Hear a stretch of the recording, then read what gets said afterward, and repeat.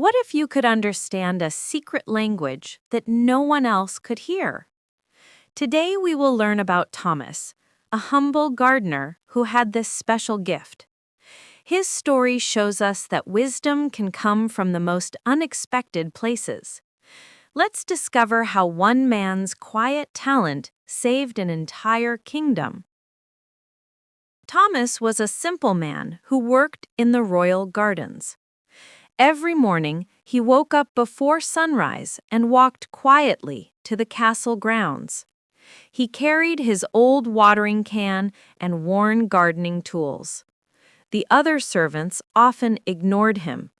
To them, Thomas was just another worker. But Thomas had a secret. He could hear plants speak. The gift had come to him as a child. One day, while playing in his mother's garden, he heard a soft whisper. "Water me, please," said a tiny voice. Young Thomas looked around, confused. No one was there. Then he realized the voice came from a wilting flower. From that day forward, Thomas could understand the quiet language of all growing things. Now, as the royal gardener, Thomas used his gift to help the plants thrive. "Good morning, my friends," he whispered to the roses each day. The flowers would tell him when they needed water or when insects were bothering them. The vegetable garden shared secrets about the best soil. The fruit trees warned him about coming storms. Thomas never told anyone about his ability. He feared people would think he was crazy. Instead, he worked silently, making the royal gardens the most beautiful in all the land. The gardens were famous throughout the kingdom for their golden apple trees. These special trees produced the sweetest, most golden apples anyone had ever tasted. The king was very proud of them. He often brought visiting royalty to see his magnificent golden apple grove.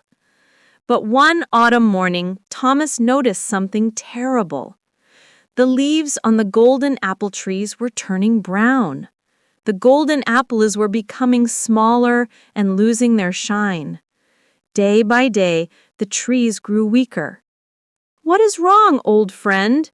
Thomas whispered to the largest tree, the ancient grandmother of all the golden apple trees. The old tree's voice was weak and sad. "Thomas," she said, "we are dying, and we do not know why. Our roots cannot reach the river anymore. Something is blocking our path to the water we need." Thomas felt his heart break. These trees had been his companions for 20 years. He had watched them grow from saplings into the pride of the kingdom. News of the dying trees quickly reached the king. His Majesty was furious and worried. The golden apple trees were not just beautiful, they were a symbol of the kingdom's prosperity. "Bring me my wisest advisors," the king commanded. The royal doctors examined the trees. They found no disease. The court botanists tested the soil. It seemed perfectly healthy. The kingdom's scholars searched through ancient books. They found no answers. Week after week, the trees continued to weaken. The king grew more desperate. He offered a great reward to anyone who could save his beloved trees. Wise men came from distant lands. They brought strange potions and mysterious remedies. Nothing worked. Thomas watched sadly as expert after expert failed.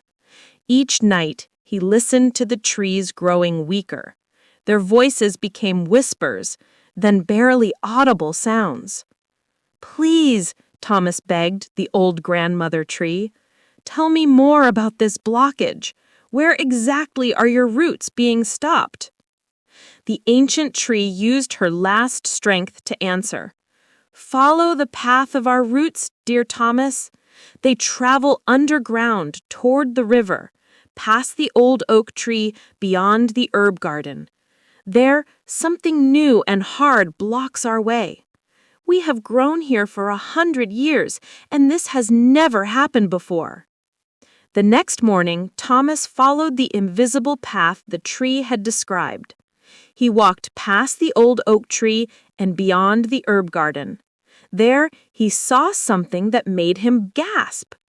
A beautiful new stone well had been built directly over the ancient root system.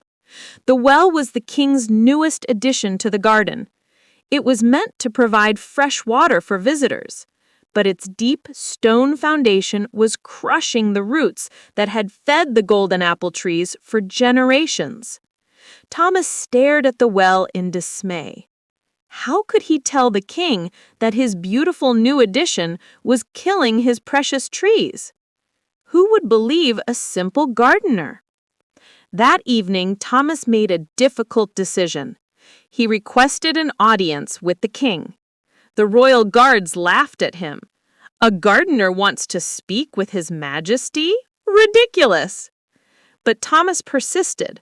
"Please," he said, "I know why the golden apple trees are dying.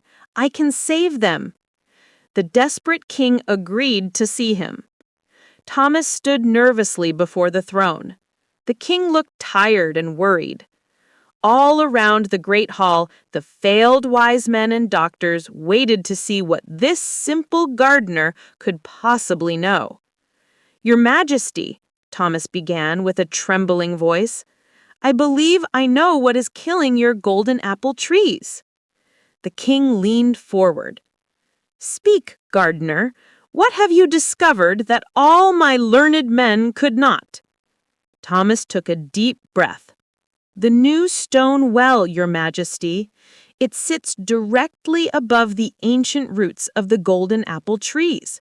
The roots have grown toward the river for 100 years. Now the well's foundation blocks their path. Without water from their deep roots, the trees are slowly dying."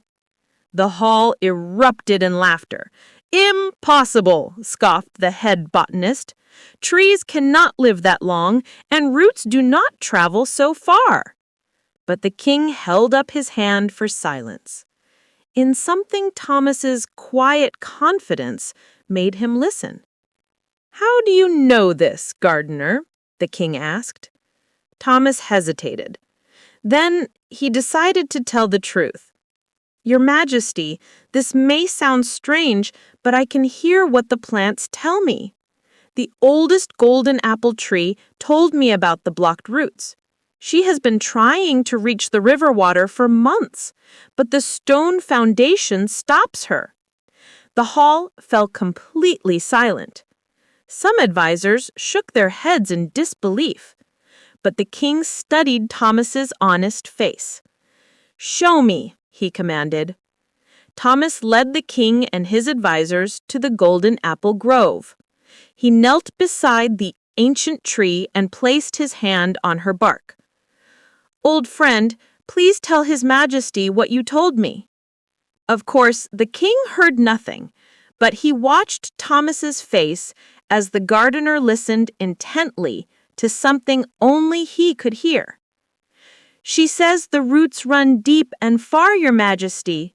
They follow the underground streams toward the river. For 100 years, they have drunk from those waters. The roots are as thick as a man's arm and travel beneath the herb garden to where the new well now stands." The king looked skeptical, but he was desperate. "Very well, gardener, we will test your theory. If you are wrong, you will be punished for wasting the royal time." The king ordered his workers to carefully excavate around the well's foundation. They dug slowly and carefully. 3 feet down, they found them. Massive, ancient roots, thick as Thomas had described, crushed and broken by the heavy stones. The roots clearly traveled in the direction of the river, just as Thomas had said. The king stared in amazement. "By the crown," he whispered, "the gardener speaks the truth." Immediately, the king ordered the well to be moved to a new location. The workers carefully removed the stones and gently freed the damaged roots. Thomas mixed special soil and healing compounds for the wounded root system. Within weeks, the golden apple trees began to recover. Their leaves turned from brown to green again. The golden apples grew large and sweet once more. The king summoned Thomas to the throne room again. This time, Thomas was not nervous. "Thomas the gardener," the king announced, "you have saved my kingdom's greatest treasure. Your wisdom succeeded where all my learned men failed. From this day forward, you shall be the royal master gardener, with a place of honor in my court." Thomas bowed gratefully. "Thank you, Your Majesty. I am honored to serve." "But tell me," the king said curiously, "how long have you been able to hear the plants speak?" "Since I was a child, Your Majesty," Thomas replied. "I never told anyone because I feared they would not believe me." The king smiled warmly. "Thomas, your gift has taught us all an important lesson. True wisdom can come from the most unexpected places. Sometimes the humblest person holds the greatest knowledge." From that day forward, Thomas was respected throughout the kingdom. He continued to care for the gardens with love and dedication. The plants thrived under his understanding care, and the golden apple trees grew more beautiful than ever before. Thomas never forgot the lesson of that difficult time. He learned that hiding our gifts helps no one. Sometimes we must be brave and share what we know, even when others might not understand. The golden apple trees lived for many more years, their roots drinking freely from the river waters. And every morning, Thomas would greet his plant friends with joy, no longer afraid to use the special gift that made him who he was.